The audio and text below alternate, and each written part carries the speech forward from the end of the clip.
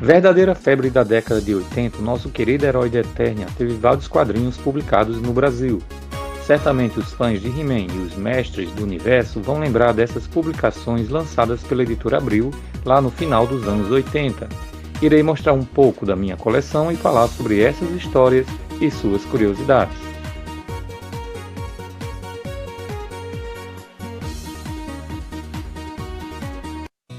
Para entender as publicações do He-Man no Brasil, devemos saber que em janeiro de 1979, a editora Abril montou um estúdio de quadrinhos Disney, um departamento destinado a organizar e produzir modelos de personagens e manuais para auxiliar o trabalho dos desenhistas e roteiristas, além de desenvolver novos talentos e também controlar a qualidade das histórias Disney produzidas no Brasil. Em 1984, o estúdio de quadrinhos deixou de cuidar apenas dos personagens de Walt Disney, acumulando à produção histórias de personagens como Luluzinha, Moranguinho e Alegria. Entre 1987 e 1988, a editora passou a criar e desenvolver histórias em quadrinhos nacionais com os Trapalhões, Sérgio Malandro, Gugu, He-Man, Luluzinha, entre outros. Era exigido que todas as publicações licenciadas pela editora, na época, trouxessem créditos dos autores. He-Man teve várias fases e o Campeão de Eternia também foi produzido em vários países, como Espanha, Alemanha e Inglaterra. A editora Abril publicou o gibi do He-Man de janeiro a dezembro de 1988, com material criado em seu estúdio.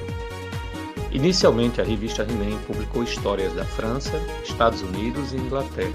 Posteriormente, publicou histórias produzidas pelo roteirista Luiz Antônio Aguiar, José Menezes e Walter Vertillo. Contratou os desenhistas Watson Portela, Rodolfo Zala, Rodival Matias e Consumoto.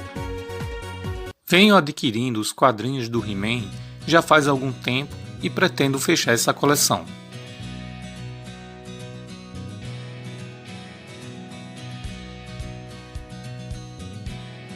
Consegui esse lote com um amigo Rafael Borges.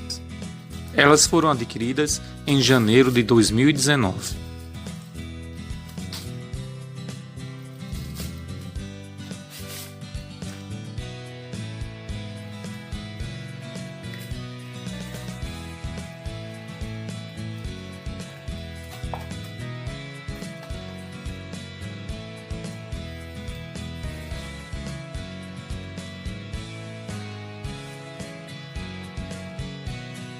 Olha que legal, edição 26 de He-Man, com os grampos originais, muito bem conservada. A edição 17, também com os grampos originais. E a edição 18, essas duas últimas histórias feitas no Brasil. No mês de agosto, consegui uma edição do He-Man através do Mercado Livre. A vendedora Carolina Santos enviou e agora vou poder dar uma olhada no estado de conservação dessa edição.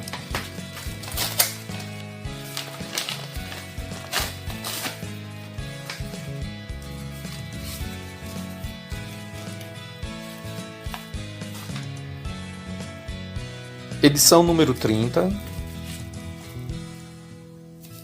com os grampos originais. Também adquiri uma edição do He-Man no site Mania de Gibi e enviada pelo Osmar Gonçalves.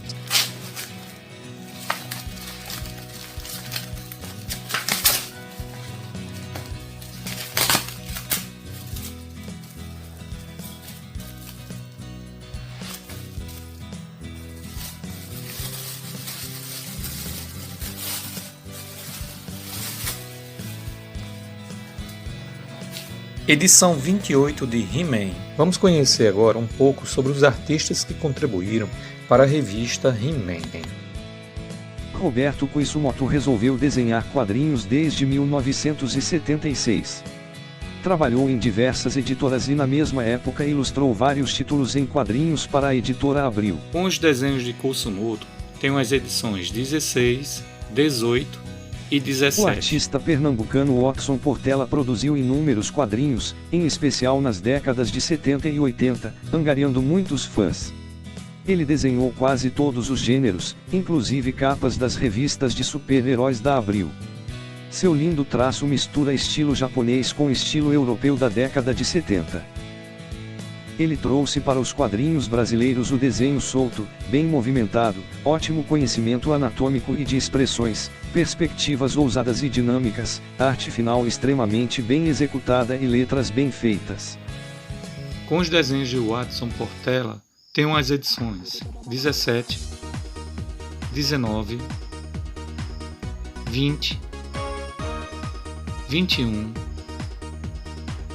23, 24 e 28. Nascido na Argentina, Rodolfo Zala mudou-se para o Brasil em 1963. Depois de trabalhar nas tiras do jornal Última Hora, começou a desenhar quadrinhos de aventura para a editora Taika, como Targo e Escorpião. Na Abril, no início dos anos 70, além de Zorro também produziu histórias com os personagens de Hanna-Barbera e, mais tarde, para He-Man.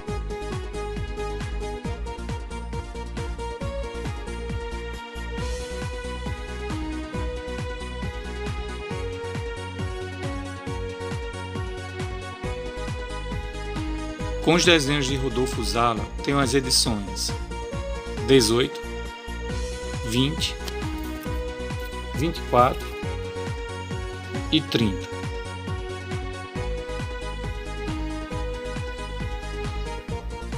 Já no fim das publicações da revista He-Man, Rodival Matias explorou o fantástico no universo do personagem, arriscando uma estética mais elaborada. Vamos falar um pouco sobre as curiosidades relacionadas às histórias publicadas no Brasil. A Rainha Zal. Ela pertence ao mundo cristalino de Zalkron. Quando o Esqueleto colocou Zalkron em rota de colisão com Eternia, He-Man viajou para lá e foi visto pela primeira vez como invasor, até salvar o guerreiro Bruar de um animal mortal chamado Zrakel.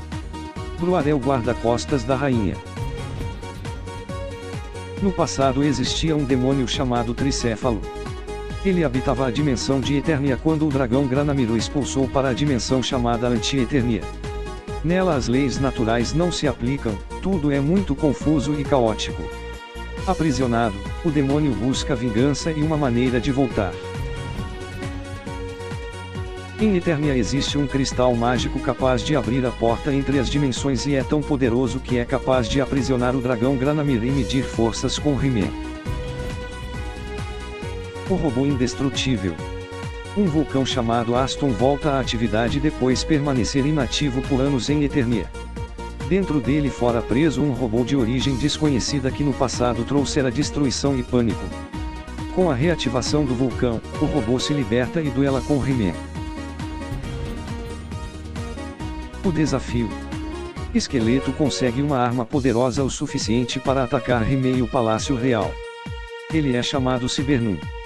Essas são histórias envolvendo robôs. Shezar, a dominadora da luz, é a princesa do planeta Antar. O mundo de Shezar foi destruído por uma grande guerra, então ela procura um novo planeta para colonizar. Seu navio, o Pérola Negra, pode espalhar um vapor tóxico e faíscas negras para capturar suas vítimas. Shezar também pode se transformar em uma forma mais monstruosa chamada Bismarck. Havia no cosmo duas forças de energia pura. Uma criava vida, a outra destruía. As duas travaram um duelo que foi vencido pela força criadora. E para comemorar a sua vitória, ela criou o mundo de Eternia. A força destruidora foi aprisionada numa dimensão diferente, mas seu cárcere rompeu-se. Agora ela está atrás de seu inimigo para se vingar e somente He-Man poderá deter essa ameaça. Gorgon é um gigantesco monstro de pedra, uma força extraordinária, vinda há séculos de um planeta em extinção, Petros. Ela fugiu para um lugar estranho, situado em dimensões maléficas. Sua intenção é dominar Eternia e para isso criou uma passagem dimensional localizada na cidade de Sharkioran, especificamente na tenda de Shan, a tapeceira. A passagem é protegida pelos enviados de Borgone, ou seja, as estátuas de pedra em forma de gárgulas. O Conde Cravon. Um nobre vindo de terras estranhas chega ao Palácio Real pedindo a ajuda dos nossos heróis. Ele deseja evitar uma chuva de meteoros que poderia destruir seu reino. Mas a sua verdadeira intenção é roubar os livros mágicos e toda a magia e poder de Eternia.